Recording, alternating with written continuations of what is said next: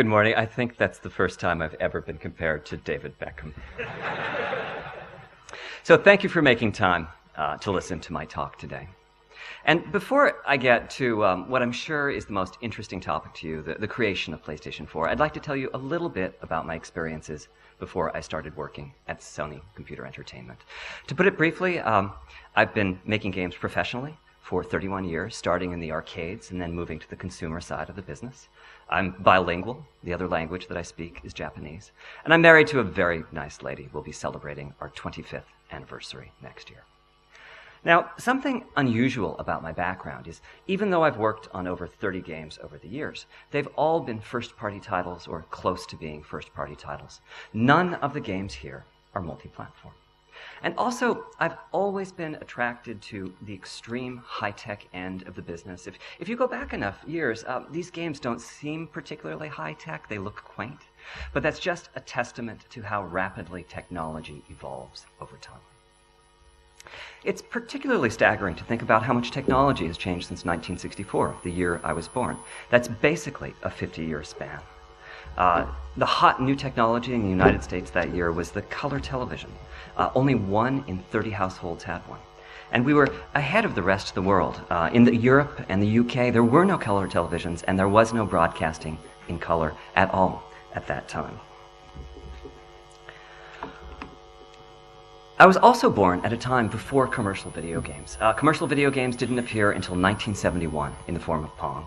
And to be honest, I wasn't particularly attracted to the early arcade and home games. There just wasn't enough depth there for me. And so I ended up spending a lot more time with paper RPGs, such as the original Dungeons and Dragons. And I'd also been programming quite a bit, not on home computers. In 1978, for example, less than 1% of households had a home computer, and they would have cost more than annual tuition at a nice private school. Instead, I'd been using the mini computers at the local science museum and the nearby university. And it occurred to me that a lot of what we did in paper RPGs, roll dice, take damage, would be so much easier to do on a computer. So I set out with my brother to build a real-time, story-driven 20-hour RPG in 1978.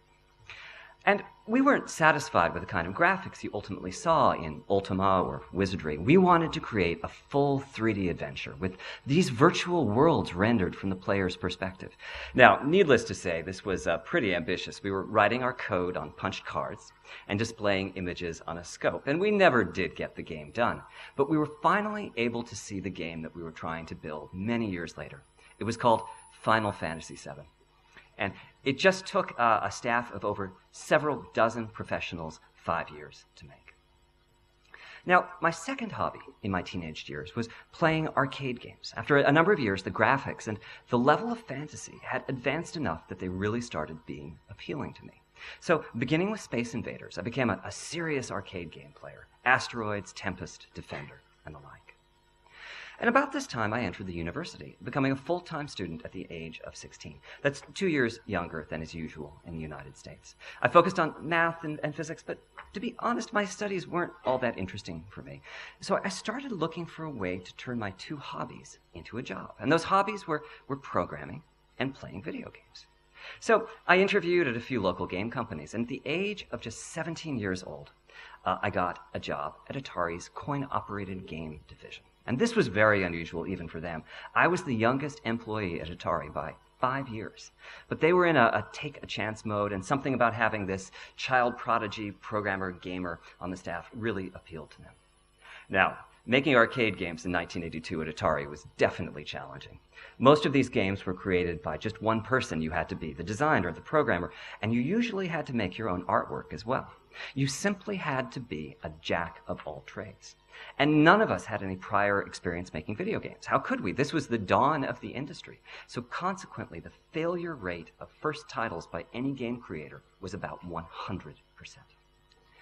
The arcade game business was also unusual in that there was essentially no marketing we did for the games. Marketing just didn't work in this environment. The players could see the games for free and try them for a quarter, and if that first experience wasn't fun, then they would never play that game again. So when your game failed, there really weren't any excuses you could make. That game was pretty much your personal creation, and the players had judged it directly and found it lacking. Now, there were a few people at Atari, such as Ed Logg or Dave Toyer, who'd figured out how to make a top-selling arcade game. These were my personal heroes, the creators or co-creators of games such as Missile Command or Tempest. It was great to talk to them, but unfortunately, the skills that they used in creating hit titles weren't something they could easily communicate. So we each had to puzzle out how to make successful games on our own. We were also, at the time, struggling with the market crash. The arcade games business was in tremendous financial difficulty. The sales of coin-operated arcade games had actually hit their peak in the year before I joined Atari, and during my time there, we were trying to cope with the fact that we'd already completely saturated the market with games. And they were everywhere, not just arcades, but convenience stores and supermarkets as well. Operators stopped buying them. Sales dropped by a factor of 5 or so, and we had mass layoffs. And I ended up leaving Sega in 1985, leaving Atari in 1985 to join Sega. And by the next year, I moved to Japan and started making console games with their team in Tokyo. Now, Sega was trying to break into a market that had first been dominated by Atari and now was being dominated by Nintendo. They'd had moderate success with their 4-bit home console and were now in the process of releasing an 8-bit console called the Sega Master System.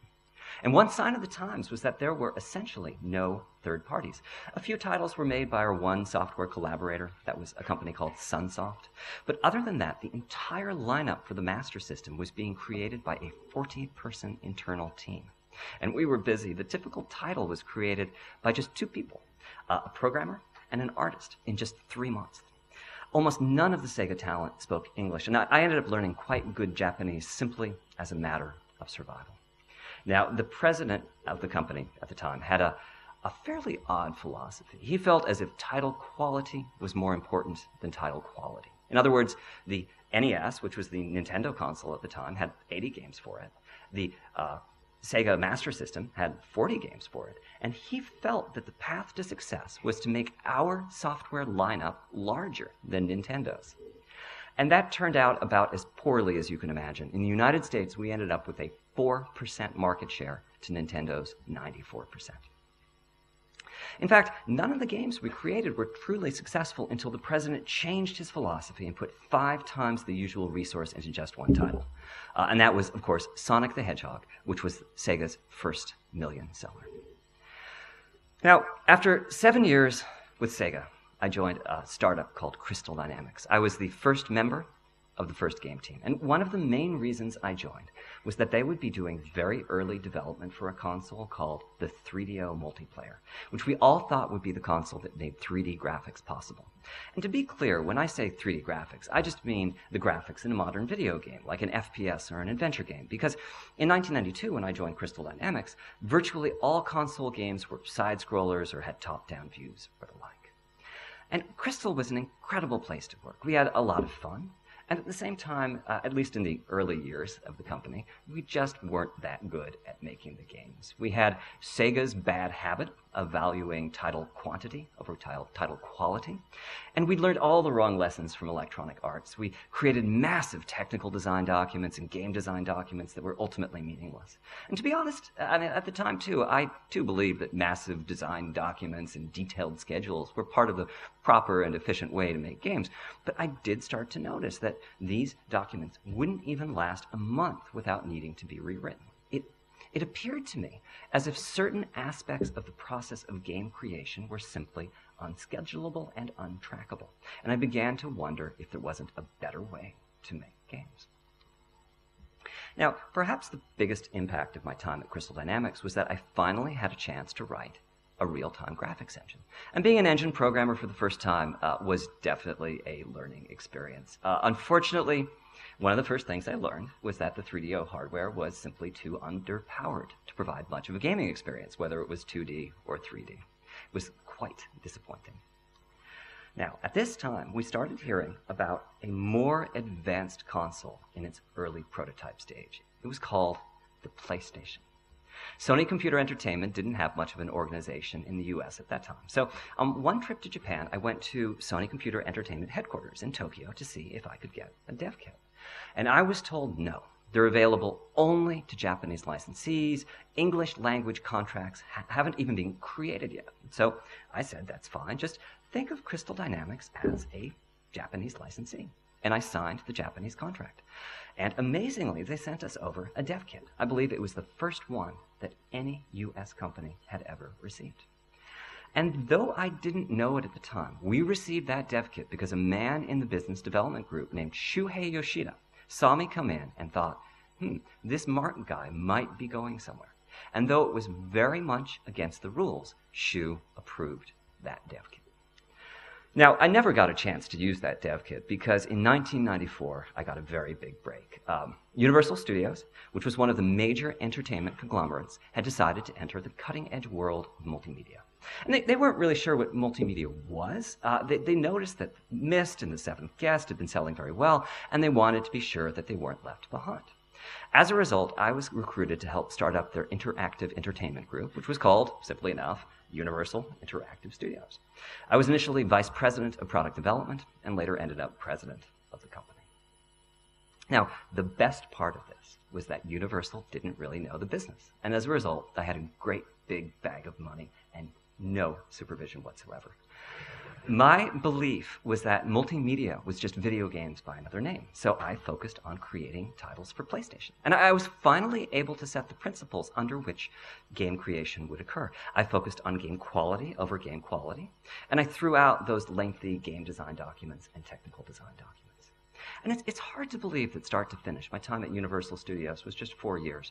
I was a producer and executive producer for the first time, and I started by searching for the talent that would make our studio a success. We ended up signing a 3-person development company called Naughty Dog, and the result was Crash Bandicoot. We signed a 2-person startup called Insomniac Games that had no prior experience whatsoever, and the result was Spyro the Dragon.